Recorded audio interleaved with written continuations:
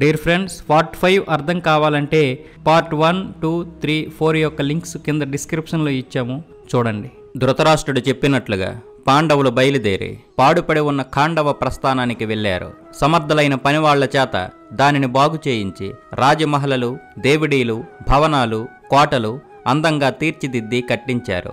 ఇలా లోకమంతా మెచ్చుకునేటట్లు ఒక దివ్య సుందర నగరం నిర్మించి దానికి ఇంద్రప్రస్థం అని పేరు పెట్టారు.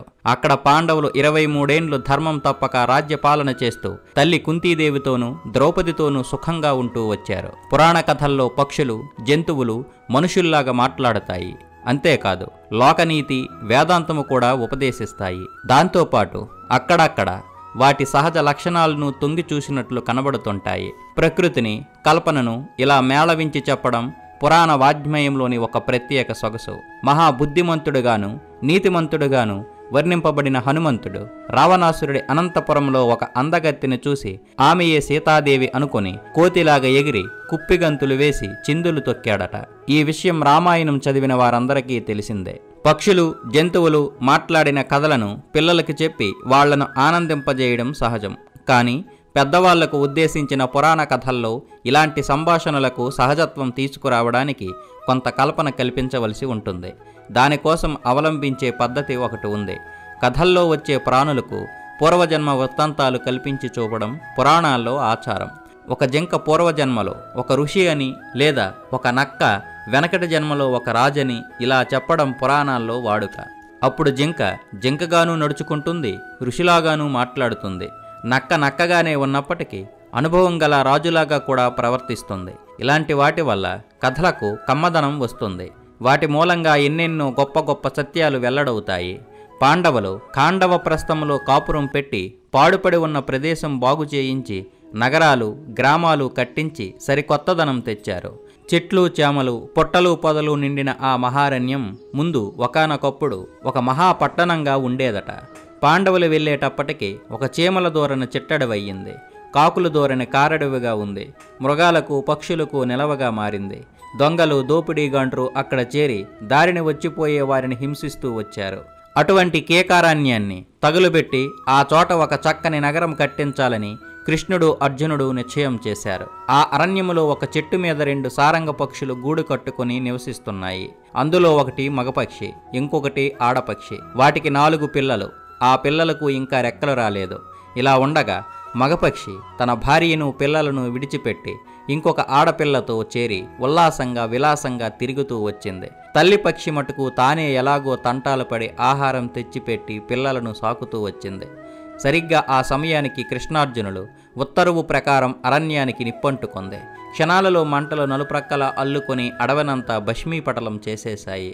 అది చూసి తల్లి పక్షి తల్లడిల్లిపోయింది. కన్నీరు జలజల కారుస్తూ వాపోయింది. లోకాన్నంతటినీ భస్మం చేసుకుంటూ ఆ నిప్పు దగ్గరగా వస్తుంది. రాను రాను మంటలు రగిలిపోతున్నాయి. ఇంకా కాసేపట్లో ఇక్కడికి రానే వస్తుంది. మనల్లందరినీ మసి చేస్తుంది. చెట్లు చిటపట్లాడి ఫెలఫెల విరుగుతున్న శబ్దం విని అడవ జంతువులన్నీ అల్లుకొల్లాలమై అల్లాడిపోతున్నాయి. నా కోనల్లారా, ఇంకా రెక్కలు కాళ్ళు రాని మీరు మంటల పాలై మాడిపోతారు. మీ నాయన మనల్ని విడిచిపెట్టిపోయాడు. అయ్యో, నేనిప్పుడేమి చేసేదిరా దేవుడా? ఈ పిల్లలను మోసుకొని ఎగిరిపోదామన్నా నాకు శక్తి లేదే, ఏం చెయ్యను అని ఇలా ఆడపక్షి అంగలారుస్తూ కూర్చుంది. తల్లి అవస్థ చూసి పిల్లలు ఇలా చెప్పాయి, అమ్మ, మా మీద ప్రేమ వల్ల నీవేమీ అంతగా పరితపించవద్దు. మాకేం పర్వాలేదు. ఈ నిప్పులు పాలయ్యి మేము ఇలాగే భస్మమైపోయినప్పటికీ వచ్చే నష్టమేమీ ఉండదమ్మా. మేము పుణ్యలోకాలకు పోతాం. మా కోసం నీవు కూడా ప్రాణం పోగొట్టుకుంటే కులం వృద్ధి అయ్యే అవకాశం లేకుండా పోతుంది. నీవు వెంటనే బయలుదేరి ఏదైనా నిప్పులేని చోటికి పోయి క్షేమంగా ఉండమ్మా. మేమిక్కడ నిప్పుల పాలైనా నీకు మళ్ళీ పిల్లలు కలుగుతారు. నీవు బాగా ఆలోచించి మన కులానికి ఏది క్షేమమో అది చెయ్యి. పిల్లలు ఇంతగా చెప్పినా తల్లి పక్షికి వాటిని విడిచి వెళ్ళడానికి మనస్సు రాలేదు. నా చిన్నారి బిడ్డలారా, మిమ్మల్ని విడిచి వెళ్ళడానికి నాకు కాళ్ళాడడం లేదు. మీతో పాటు నేను కూడా ఈ అగ్నికి ఆహుతైపోతాను అని చెప్పి అక్కడే తిష్ట వేసుకుని కూర్చుంది. మందపాలుడు అనే ఒక ఋషి నియమం తప్పకుండా జీవితమంతా బ్రహ్మచర్య వ్రతం కాపాడుకుంటూ వచ్చి చివరకు అందరలాగానే తనువు చాలించి ఊర్ధ్వలోకానికి వెళ్ళాడు. అక్కడ ద్వారపాలకులు అతడిని చూసి పుత్ర సంతానం పొందకుండా వచ్చిన వారికి ఇక్కడ చోటు లేదు, పో అని చెప్పి అతడిని తిప్పి పంపించారు. దానిపై ఆయన ఒక సారంగ పక్షిగా పుట్టి జరిత అనే ఆడపిట్టను కట్టుకొన్నాడు. అది 4 గ్రుడ్లు పెట్టగానే అతడు జరితిని వదిలిపెట్టి లపిత అనే మరొక ఆడపిట్టతో స్నేహం చేశాడు. కొన్నాళ్లకు జరితి పెట్టిన 4 గ్రుడ్లు పగిలి పిల్లలయ్యాయి. అవే పైన చెప్పిన అగ్ని ప్రమాదం ముంచుకొని వచ్చిన సమయంలో ఋషికి పుట్టిన పిల్లలైనందువల్ల తల్లికి ఆ విధంగా ధైర్యం చెప్పాయి. తరువాత తల్లి పక్షి పిల్లలకిలా చెప్పింది, ఈ చెట్టు ప్రక్కనే ఒక ఎలుక రంధ్రం ఉంది. మిమ్మల్ని తీసుకుని పోయి దాని లోపల విడిచిపెడతాను. మీరు మెల్లగా ఆ రంధ్రంలోకి దూరిపోయి లోపల దాగి ఉండండి. అక్కడ నిప్పు భయం లేకుండా క్షేమంగా ఉండవచ్చు. ఆ కన్నానికి పైన మన్ను వేసి కప్పేస్తాను. అప్పుడు మంటల లోపలికి చొరబడవు. కార్చిచ్చు చల్లారిపోగానే మన్ను తీసేసి మిమ్మల్ని విడిపిస్తాను, సరేనా అని తల్లి పక్షి చెప్పింది. తల్లి చెప్పిన ఈ మాటలకు పిల్లలు ఒప్పుకోలేదు. ఆ కలుగులో ఎలుకలు మమ్మల్ని తినేస్తాయి, అంతకంటే ఈ అగ్నిలో పడిచావడమే మేలు. ఎలుక నోటపడి చచ్చే పాడుచావు మాకు వద్దమ్మా అని చెప్పాయి. ఆ కన్నములో ఉన్న ఎలుకను గ్రద్ద తన్నుకొని పోవడం నేను కళ్ళారా చూశాను. ఇక ఆ కలుగులో మీకు ఏ అపాయము రాదు అని తల్లి పక్షి మళ్లీ వాటిని ఒప్పించబోయింది. అయినా పక్షి పిల్లలు ఒప్పుకోలేదు. ఒక్క ఎలుకను గద్ద తన్నుకొని పోయినంత మాత్రాన అది అపాయం లేని చోటని అనుకోవడానికి వీలు లేదు. ఆ కన్నములో ఇంకా ఎన్ని ఎలుకలు ఉన్నాయోనమ్మా, కనుక జాగ్రత్త, ముందు నీ ప్రాణం కాపాడుకో. ఇక్కడ నుంచి ఎగిరిపో. అగ్ని వాయువేగంతో రిబ్బున వచ్చి చుట్టుకుంటుంది. అది ఈ చెట్టుకు అంటుకునే లోపలనే నీవు పారిపో అమ్మా. మేం ఆ కన్నములో దూరలేం. మాపై భ్రమ పెట్టుకుని నీవు అనవసరంగా ప్రాణాలెందుకు పోగొట్టుకుంటావు? నీవెవరు, మేమెవరం? మేం నీకు ఏ సహాయం చేశాం? ఏమీ లేదు. ఇంకా చూస్తే మేము నీ కడుపును పుట్టి నీకు అష్టకష్టాలు కలిగించామమ్మా. అంతే, ఇక మమ్మల్ని వదిలిపెట్టిపో. నీదింకా చిన్న వయసు, యవ్వనం తీరిపోలేదు. నీవు నీ భర్తతో కలిసి ఇంకా 10 కాలాల పాటు సుఖించమ్మా. మేము అగ్నిలో పడి చచ్చిన పుణ్యలోకాలకే పోతాం. మమ్మల్ని గురించి విచారించకు. ముందు నీవు ప్రాణాలతో తప్పించుకొని బయటపడు.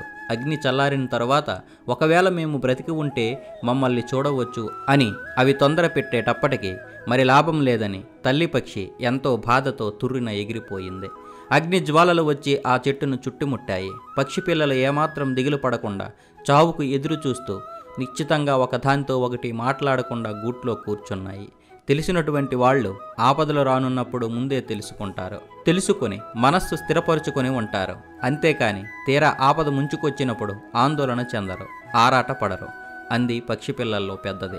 నీవెలాగైనా ధీరుడివి, మేధావివి. నీలా ధైర్యంగా ఉండేవాళ్లు లోకములో 100కి 1,000కి ఒకరుంటారు అన్నాయి తక్కిన పిల్లలు. అగ్నిజ్వాలలు వచ్చి ఆ చెట్టును చుట్టుముట్టాయి. పక్షి పిల్లలన్నీ కలిసిన నవ్వు ముఖాలతో అగ్నిదేవుణ్ణి స్తోత్రం చేశాయి. ఓ అగ్నిదేవుడా, మా తల్లి మమ్ము విడిచిపోయింది. మా తండ్రి ఎవరో మేము ఎరుగం.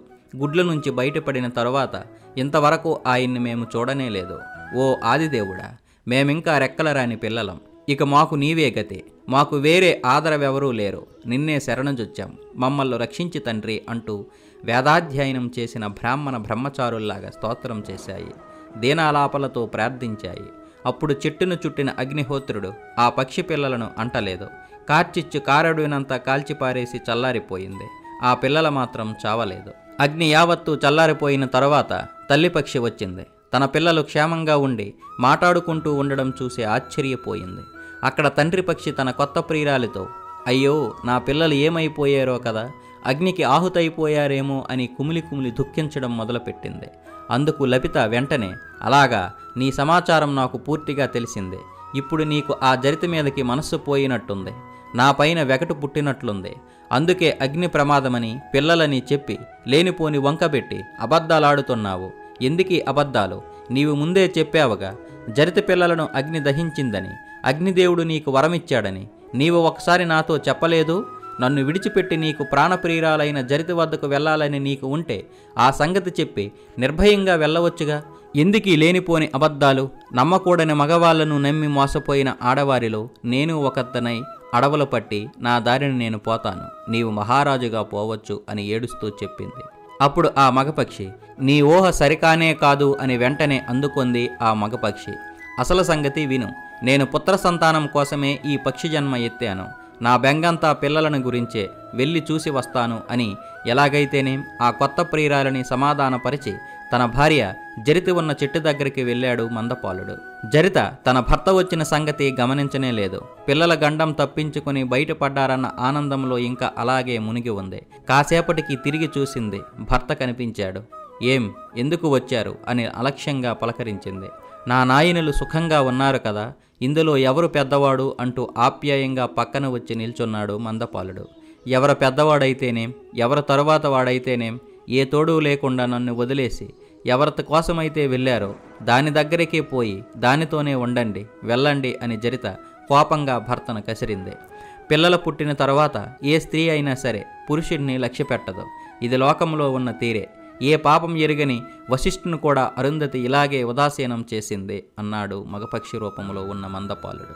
ఇంద్రప్రస్థంలో పాండవులు మహావైభవంగా రాజ్యపాలన చేస్తున్నారు. యుధిష్ఠిరుడు రాజసూయాగం చేసి రాజాదిరాజ పదవి పొందాలని ఆయన చుట్టూ ఉన్నవాళ్లు బోధించారు. దీన్ని బట్టి ఆ కాలంలో కూడా సామ్రాజ్య వ్యామోహం మితిమూరి ఉన్నట్లు కనిపిస్తుంది. ఈ విషయాన్ని గురించి ఆలోచించడానికి కృష్ణుడికి వర్తమానం పంపాడు యుధిష్ఠిరుడు. ధర్మపుత్రుడు తనను చూడగోరుతున్నాడన్న వార్త అందగానే జనార్దనుడు వాయువేగంతో పోయే అశ్వాలు పూంచిన రథం మీద వెంటనే బయలుదేరి ఇంద్రప్రస్థం చేరాడు. రాజసూయాగం చేయమని స్నేహితులందా ప్రోత్సహిస్తున్నారు.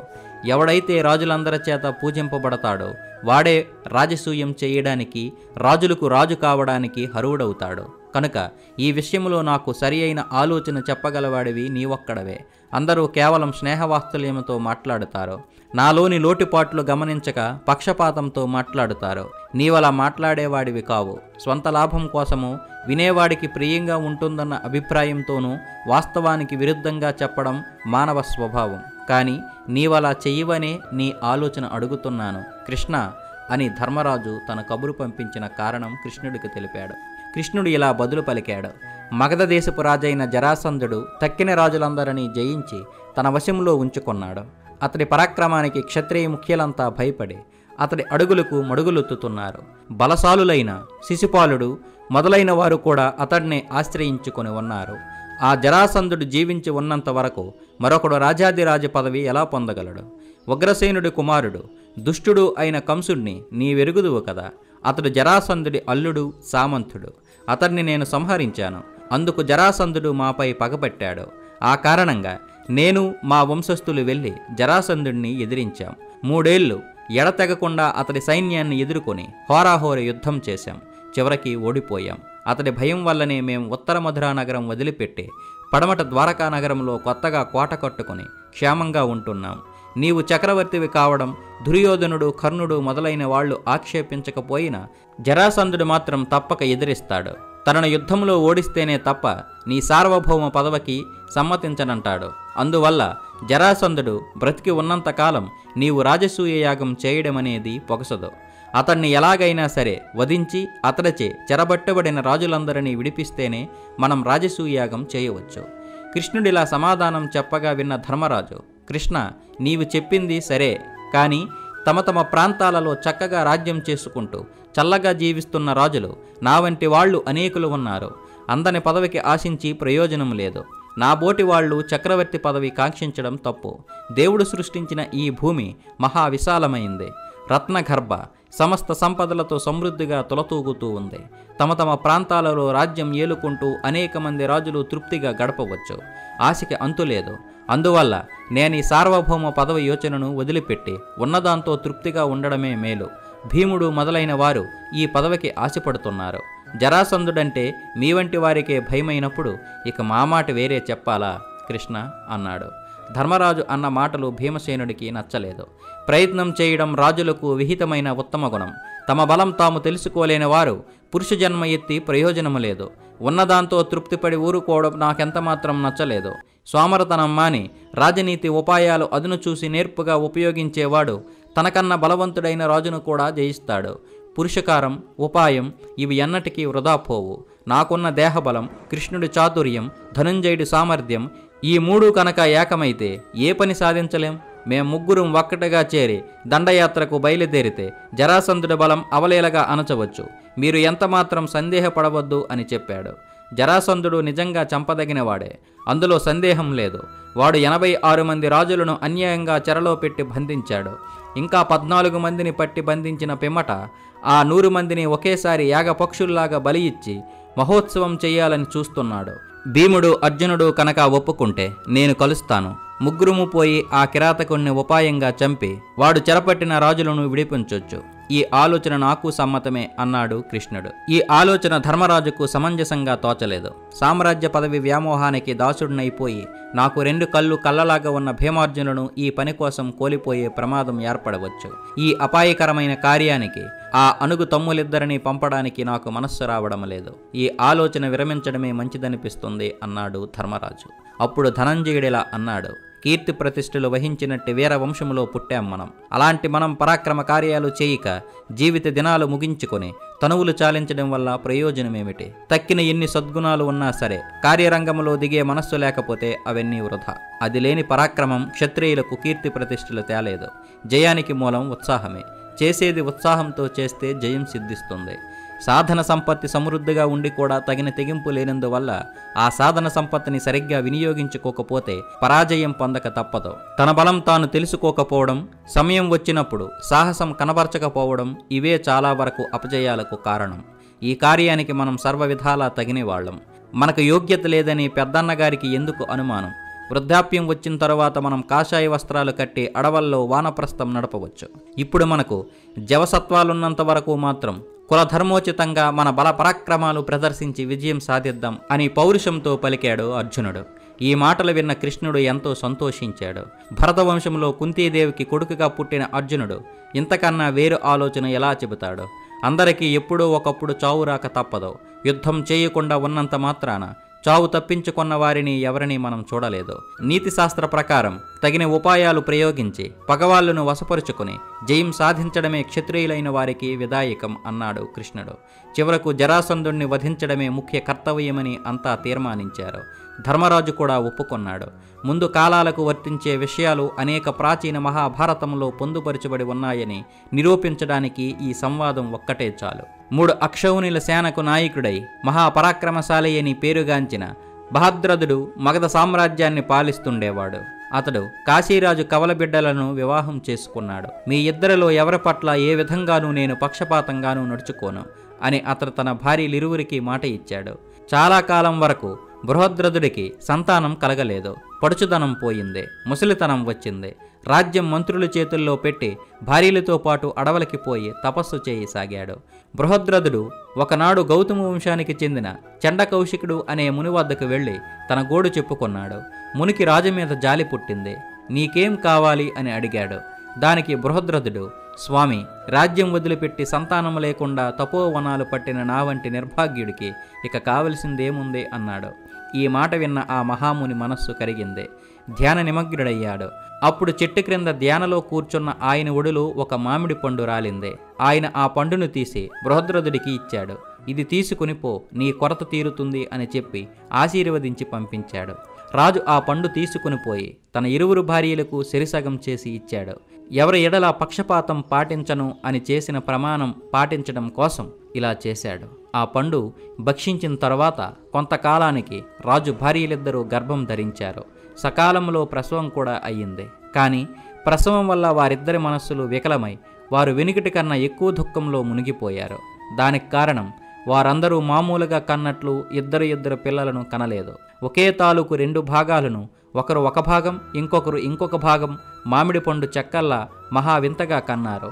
ఒక్కొక్క భాగానికి ఒక కాలు, ఒక్కొక్క చెయ్యి, ఒక్కొక్క చెవి, ఒక్కొక్క కన్ను, అరకడుపు, అరముఖంతో ఆ శిశుఖండాలు మహాఘోరంగా తయారయ్యాయి. రాణులిద్దరికీ చెప్పరాని దుఃఖం ముంచుకొచ్చింది. బాధతో వేగిపోయాడు. దాయాదులను పిలిచారు. అమంగళప్రదమైన ఈ పిండాలను గుట్టుచప్పుడు కాకుండా తీసుకుని వెళ్ళి ఎక్కడైనా మరుగు ప్రదేశంలో పారేసిరండి అని ఆజ్ఞాపించాడు. ఆ ప్రకారం దాయాదులు ఆ 2 మాంసపిండాలను తీసుకుని పోయి వీధిలో పెంటకుప్ప మీద పారేశారు. ఆ సమయానికి మాంసం భక్కించే ఒక రక్కసి అక్కడికి వచ్చింది. ఆ 2 పిండాలను చూసి ఆకలి తీరా ఆరగించవచ్చునని సంతోషపడింది. 2 పిండాలను ఒక్కటిగా చేర్చి తీసుకుని పోయింది. అలా 2 భాగాలను ఒక్కటిగా చేర్చిన వెంటనే అవి 2 ఒకటిగా కలిసిపోయి జీవం తాల్చి మామూలు శిశువులాగా తయారయ్యింది. రాక్షసి అది చూసి ఆ బిడ్డను చంపరాదనుకుంది. చక్కని మానవ రూపం ధరించిన ఆ శిశువును తీసుకుని రాజు దగ్గరకు వెళ్ళింది. ఇదిగో నీ బిడ్డ అని చెప్పి రాజుకు ఆ శిశువుని ఇచ్చేసింది. రాజు పట్టరాని ఆనందంతో పొంగిపోయాడు. ఆ పిల్లవాడిని తీసుకుని పోయి వెంటనే తన ఇరువురు భార్యలకు అప్పగించాడు. ఆ పిల్లవాడే జరాసంధుడు. ముని వరప్రసాదం వల్ల జరాసంధుడు అమిత బలం కలవాడై దినదినాభివృద్ధిగా పెరుగుతూ వచ్చాడు. కాని అతడి దేహం పుట్టినప్పుడు 2 ఖండాలుగా పుట్టి తరువాత ఒకటిగా కలిసింది. అందువల్ల ఎప్పటికైనా 2గా చీలే అతుకులు బొంతగానే ఉండిపోయింది ఆ దేహం. పురాణ ప్రవచనం చేసిన వారు ఈ వినోద కథలో ఒక సత్యం ఇమిడ్చారు. ఒక మాటు చీలిపోయిన తరువాత మళ్ళీ కలిసినప్పటికీ బలం కొరవడే ఉంటుందన్న సత్యం ఈ జరాసంధ కథ ద్వారా నిరూపించారు. జరాసంధుడి స్నేహితులైన హింషుడు, హిడింబుడు, కంసుడు చనిపోయారు. ఇక జరాసంధుడిని హతమార్చడానికి ఇదే సమయం. సేనలను పటాలాలను సమకూర్చుకొని అతడి మీదకి దండెత్తి వెళ్లి యుద్ధం చేయడానికి ప్రయత్నిస్తే ప్రయోజనం లేదు. అతన్ని విడిగా పిలిచి ద్వంద్వ యుద్ధంలో దింపాలి.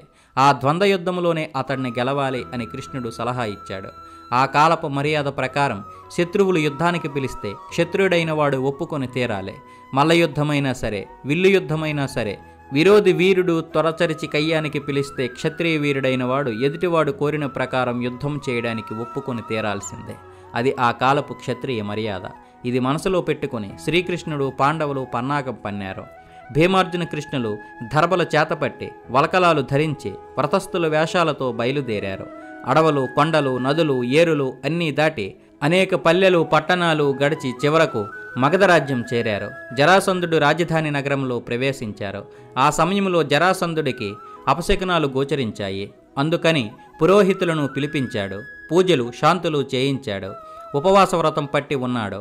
అదే తరుణంలో చేతుల్లో ఆయుధాలేవీ లేకుండా కృష్ణుడు, భీమార్జునులు రాజభవనంలోకి వెళ్లారు. ఎవరో ఉత్తమ కులానికి చెందిన అతిథులు వచ్చారనుకున్నాడు జరాసంధుడు. వారికి ఎదురు వెళ్లి స్వాగతమిచ్చాడు. యథావిధిగా అతిథి మర్యాదలన్నీ జరిపాడు. మాట్లాడితే అబద్ధం చెప్పవలసి వస్తుందన్న అధర్మానికి వెరచి భీమార్జునులు మనసులోని విషయం చెప్పకుండా మౌనం వహించియున్నారు. అప్పుడు కృష్ణుడు రాజుకు సమాధానంగా ఇలా చెప్పాడు: వీరిద్దరూ ఇప్పుడు వ్రతం పట్టి ఉన్నారు. ఆ కారణం చేత మాట్లాడకుండా మౌనం వహించారు.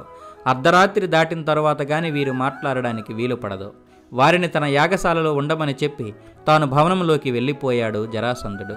తిరిగి అర్ధరాత్రి దాటిన తర్వాత వచ్చి వాళ్ళను కలుసుకున్నాడు. ఏ వేళ అయినప్పుడైనా సరే ఉత్తమ కులానికి చెందిన అతిథులను వారి వీలు ప్రకారం కలుసుకొని ముచ్చటించడం జరాసంధుడికి అలవాటు. అందుకనే అర్ధరాత్రి అయినా కూడా వచ్చిన అతిథులను పలకరించి మర్యాద చేయడం కోసం ప్రత్యేకంగా పనికట్టుకుని వచ్చాడు. వచ్చిన తర్వాత మెల్లగా వారి చేతుల్లోని అల్లెతాటి, వరపిడిగంట్లు, ఇతర రాజచిహ్నాలు కనిపెట్టాడు. అతడికి ఆశ్చర్యం కలిగింది. మీరెవరో నిజం చెప్పండి అని అడిగాడు. అందుకు వారు, మేము నీ శత్రువులం, నీతో ద్వంద్వ యుద్ధం చేయడానికి వచ్చాం. మా ముగ్గురిలో ఎవరితోనైనా సరే నీ ఇష్టం వచ్చిన వాడితో యుద్ధం చేయవచ్చు, మరి తయారైరా అని చెప్పారు. ఆ వచ్చిన ముగ్గురు ఎవరైంది తెలుసుకున్న తర్వాత జరాసంధుడు ఇలా అన్నాడు: కృష్ణ, నీవు గొల్లకులంలో పుట్టావు. అర్జునుడు పసివాడు. ఇకపోతే దేహబలానికి పేరుగాంచినవాడు భీముడు. కాబట్టి భీముడితో యుద్ధం చేస్తాను అని జరాసంధుడు వెంటనే భుజం చరిచాడు. భీముణ్ణి మల్ల యుద్ధానికి పిలిచాడు.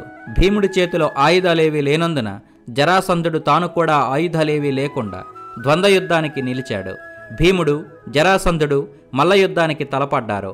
ఒకరినొకరు తాకుతూ, నేల మీద పడగొట్టుకుంటూ, ఎత్తుపడేసి గెంటుకుంటూ ఇలా విడవకుండా 13 పగళ్ళు 13 రాత్రుళ్ళు నిద్రాహారాలు మాని హోరాహోరి యుద్ధం చేశారు. చివరికి 14వ నాడు జరాసంధుడు అలసి పడిపోయాడు. అప్పుడు కృష్ణుడు వీడిని వధించడానికి ఇదే సమయం అని భీముడిని పురికొల్పాడు. వెంటనే భీముడు జరాసంధుడిని పైకెత్తి 3 సార్లు గిర్రిన తిప్పి నేల మీద పడగొట్టి కాళ్ళను పట్టి దేహాన్ని 2గా చీల్చివేసి హోంకారం చేశాడు. 2 భాగాలైపోయిన ఆ శరీరం ముక్కలు మళ్ళీ తమంతట తామే వచ్చి ఒక్కటగా చేరిపోయాయి. జరాసంధుడు ప్రాణాలతో లేచాడు. మళ్ళీ భీముడితో తలపడ్డాడు. ఇది చూసిన భీముడు దిగ్భ్రాంతి చెందాడు. ఏం చెయ్యడానికి తోచలేదు. వెంటనే కృష్ణుడు ఒక పొల్ల అందుకొని దాన్ని 2గా తుంచి వేరువేరుగా తిప్పి పారేసి కాళ్ళు మార్చి పారవేయమన్నట్లుగా జాడ చూపించాడు. భీముడు ఆ కిటికి వెంటనే గ్రహించాడు. జరాసంధుడితో మళ్ళీ తలపడి అతడి కాళ్ళు పట్టి 2గా చీల్చాడు. కాళ్ళు మార్చి అటుదిటు ఇటుదటు పారేశాడు. దాంతో జరాసంధుడు అంతమొందాడు. తరువాత చెరలో ఉన్న రాజులందరినీ విడిపించి జరాసంధుడి కుమారుడు సహదేవుడికి రాజ్య పట్టాభిషేకం చేసి కృష్ణుడు, భీమార్జునుడు ఇంద్రప్రస్థానానికి వెళ్ళారు. ఆ తర్వాత పాండవులు తమను ఎవరూ ఎదిరించేవారు లేకుండా దిగ్విజయ యాత్ర చేసి రాజసూయ యాగం మహావైభవంగా జరిపించారు. ధర్మరాజు సార్వభౌముడనిపించుకున్నాడు. అప్పుడు సమావేశమైన రాజ్యసభలో మితిమీరి అమర్యాదగా ప్రవర్తించిన శిశుపాలుడు కృష్ణుడిచే వధింపబడ్డాడు. సభలో నడిచే నడవడిక తమకు నచ్చకపోతే తమ అసమ్మతి ప్రకటించడం కోసం కొందరు సభ్యులు సభ నుండి బయటికి వెళ్ళిపోవడం అనే ఆచారం ఈనాటి ప్రజాస్వామ్య విధానంలో వచ్చిన కొత్త ఆచారమేమీ కాదు. ఇలాంటి వాకౌట్ పద్ధతి పూర్వకాలంలో కూడా అమలులో ఉండేదని మహాభారతం చదివితే తెలియవస్తుంది. పాండవులు ఇంద్రప్రస్థంలో రాజధాని ఏర్పరచుకొని మహావైభవంగా రాజసూయ యాగం చేశారు. భారతదేశంలో ఆనాడు చాలామంది రాజులు స్వతంత్రంగా తమ తమ రాజ్యాలు పరిపాలించుకునేవారు. అందరూ ఒకే ధర్మం ప్రకారం ఒకే నీతి, సంస్కృతి, మర్యాదలను పాటిస్తూ వచ్చినప్పటికీ ఒకరి పరిపాలన విషయంలో మరొకరు జోక్యం కలిగించుకునేవారు కారు. ఒకరి దేశంలో ఇంకొకరు కాలు పెట్టేవారు కారు. కానీ వారిలో ఎవరైనా పరాక్రమశాలి రాజాధిరాజ పదవి పొంది సామ్రాజ్యాధికారం చలాయించాలనుకుంటే మాత్రం తమ దూతను పంపి రాజులందరి వద్ద అనుమతి పొందేవారు. సాధారణంగా 3 వంతుల యుద్ధం కలవరం లేకుండానే ఈ కార్యం ప్రశాంతంగా నెరవేరేది. ఇలా అందరి వద్ద అనుమతి పొందిన తర్వాత మహావైభవంగా రాజసూయ యాగం చేసేవారు. రాజులంతా ఆ యాగానికి విచ్చేసి మహారాజు యొక్క రాజ్యాధికార పదవిని అంగీకరించి ఆ యాగం దర్శించి ఎవరిళ్లకు వాళ్ళు తిరిగి వెళ్ళేవారు. ఈ సాంప్రదాయం ప్రకారమే జరాసంధుణ్ణి చంపిన పిమ్మట పాండవుల రాజులందరినీ ఆహ్వానించి ఒక రాజసూయ యాగం జరిపించారు. చివరికి వచ్చిన రాజులందరికీ సభలో మర్యాద చేసే సమయం వచ్చింది. వారిలో ఎవరికి అగ్రతాంబూలం ఇవ్వాలన్న ప్రశ్న బయలుదేరింది. ధర్మరాజు కురువృద్ధుడైన భీష్మాచార్యుడిని సలహా అడిగాడు. ద్వారకానాథుడైన శ్రీకృష్ణుడికి అగ్రతాంబూలం ఇవ్వవలసిందిగా భీష్ముడు సలహా ఇచ్చాడు. అందుకు సమ్మతించిన ధర్మరాజు ఆదేశించిన ప్రకారం ఆయన తమ్ముడు సహదేవుడు యథావిధిగా గోవును, మధుపర్కాన్ని, అర్ఘ్యాన్ని సమర్పించి శ్రీకృష్ణుడికి అగ్రపూజ కావించాడు. ఈ విధంగా వాసుదేవుడికి గౌరవ మర్యాదలు జరపడం చేది రాజైన శిశుపాలుడికి ఏమాత్రం గిట్టలేదు. అతడు వెంటనే లేచి ఆక్షేపణగా పకపకా నవ్వాడు. ఇది ఎంతమాత్రం సహింపరాని విషయం. అయినా ఇందులో వింతేముంది గనుక ఈ సలహా అడిగిన వాడు సహజ పద్ధతిలో జన్మించిన వాడైతే కదా, ఇక సలహా చెప్పిన వాడంటారా ఎల్లప్పుడూ ఎత్తు నుంచి పల్లానికి దిగే స్వభావం కల తల్లి కడుపును పుట్టాడు. అంటే భీష్ముడి తల్లి గంగాదేవి. ఆమె ఒక నది. నది ఎంతసేపు మెరక నుంచి పల్లానికి దిగుతుంది కదా, అందుకే ఈ ఆక్షేపణ చేశాడు శిశుపాలుడు. అగ్రతాంబూలం ఇచ్చి పూజ చేసిన సహదేవుడంటారా, వాడు తండ్రి చోటుని పుట్టిన సంతానమే కదా. ఇకపోతే అగ్రతాంబూలం పెట్టిన పెద్ద విషయం చూద్దాం. అతడు పశువులను మేపుకునే గొల్లకులంలో పుట్టిన బడుద్దాయి. ఇలాంటి అక్రమ గౌరవం ప్రత్యక్షంగా జరుగుతూ ఉంటే గ్రుడ్లప్పజెప్పి చూస్తూ కూర్చున్న ఈ సభాసదులంతా పనికి మాలిన దద్దమ్మలు, యోగ్యులైన వారికి ఇక్కడ స్థానం లేదు అన్నాడు. ఇది విని సభలో కొందరు కోపంతో శిశుపాలుడి పక్షం చేరి హేళనగా నవ్వారు. దీంతో శిశుపాలుడికి మరింత ధైర్యం వచ్చింది.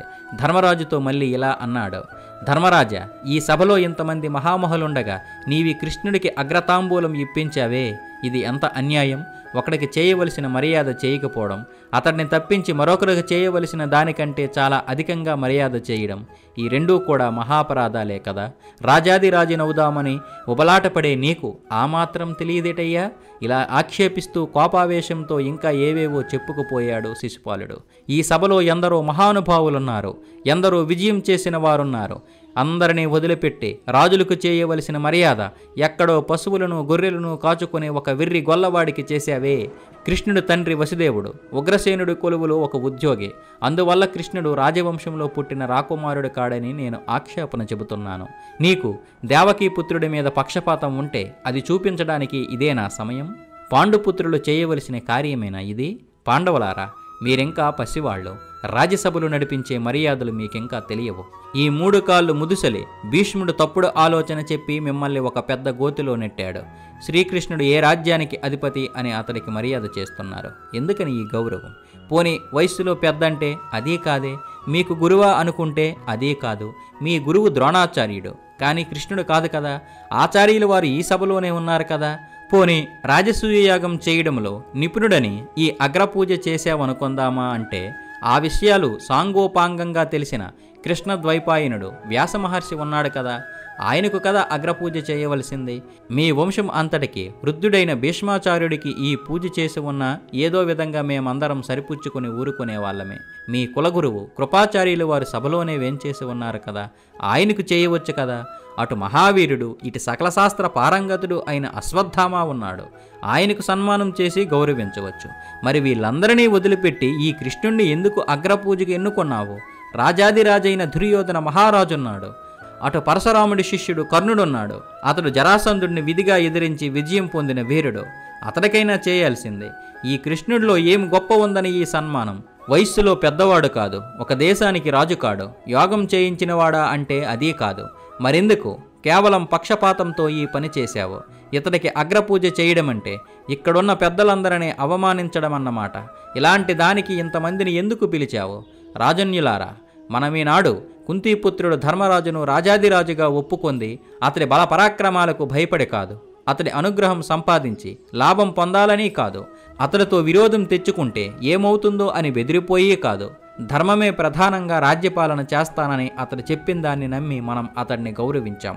అందుకు మనందరినీ ఇప్పుడు ఈ విధంగా అవమానపరిచాడు. ధర్మరాజు అనే పేరు ఇక అతడికి తగదు. జరాసంధుడిని అక్రమంగా చంపిన దురాత్ముడికి అగ్రపూజ చేసిన తర్వాత ఇక యుధిష్ఠిరుడికి ధర్మరాజు అనే పేరు ఎలా తగి ఉంటుంది? కనుక ఇక ఇక్కడ నుండి అతన్ని దుర్మార్గుడనే మనం పిలవాలి. కృష్ణ, ఈ పాండవులు ఏదో తమ స్వార్థం చూసుకొని నీతి రీతి విడిచిపెట్టి నీకు మర్యాద చేయవచ్చారనే అనుకుందాం. మరి నీవు ఆ సన్మానానికి ఎలా ఒప్పుకున్నావయ్యా? నీకైనా మంచి మర్యాద తెలియదా? ఎవరూ చూడకపోవడం కనిపెట్టి ఒక కుక్క వచ్చి నేలన పడ్డ పదార్థాలు తిన్నట్లు నీకిదేం పని?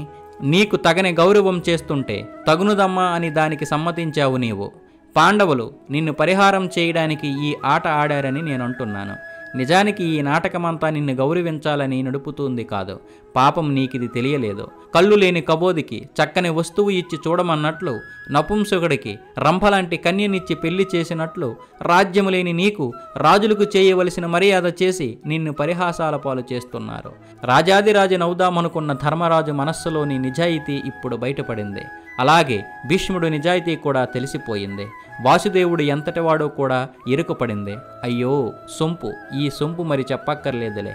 ఈ విధంగా శిశుపాలుడు ఏకధాటిగా నోటికి వచ్చిందల్లా వాగాడు, నిందావాక్యాలు కురిపించాడు. అంతటితో ఆగక ఆవేశంతో తన సింహాసనం మీద నుంచి లేచాడు. తక్కిన రాజులందరినీ పిలిచాడు. ఛీ, ఇక్కడ మనకేం పని, పోదాం రండి బయటికి అని వారందరినీ వెంటబెట్టుకుని సభ విడిచి వెళ్ళిపోయాడు. అలా వెళ్ళిపోతున్న వారందరినీ వెళ్ళవద్దని ప్రాధేయపడ్డాడు ధర్మరాజు. ఎంతో వినయంగా, నెమ్మదిగా, శాంతంగా నచ్చజెప్పి వారిని సమాధానపరచడానికి ప్రయత్నించాడు. కానీ వారెవరూ వినలేదు, రాజీ కుదరలేదు. శిశుపాలుడి దురహంకారం అంతకంతకు పెచ్చిమీరిపోవడం మొదలుపెట్టింది. ఇక సహించలేకపోయాడు శ్రీకృష్ణుడు. శిశుపాలుడిని ఎదుర్కొన్నాడు. ఇద్దరికీ పెద్ద పోరాటం జరిగింది. దురాత్ముడైన శిశుపాలుడిని శ్రీకృష్ణుడు సంహరించాడు. రాజసూయ యాగం పూర్తి కావించి ధర్మరాజు రాజాదిరాజు పదవి పొందాడు. మిత్రులారా, ఇంతవరకు ఈ వీడియో చూశారు కదా. ఈ వీడియోపై మీ అమూల్యమైన అభిప్రాయాన్ని కామెంట్ రూపంలో తెలియచేయండి. అలాగే ఈ వీడియో కనుక నచ్చినట్లయితే లైక్ చేయండి, షేర్ చేయండి, సబ్స్క్రైబ్ చేసుకోవడం మాత్రం మర్చిపోకండి. తెలుగు వారికి వందనం, తెలుగు జాతికి అభివందనం. భారత్ మాతా కీ జై. జై భీమ్.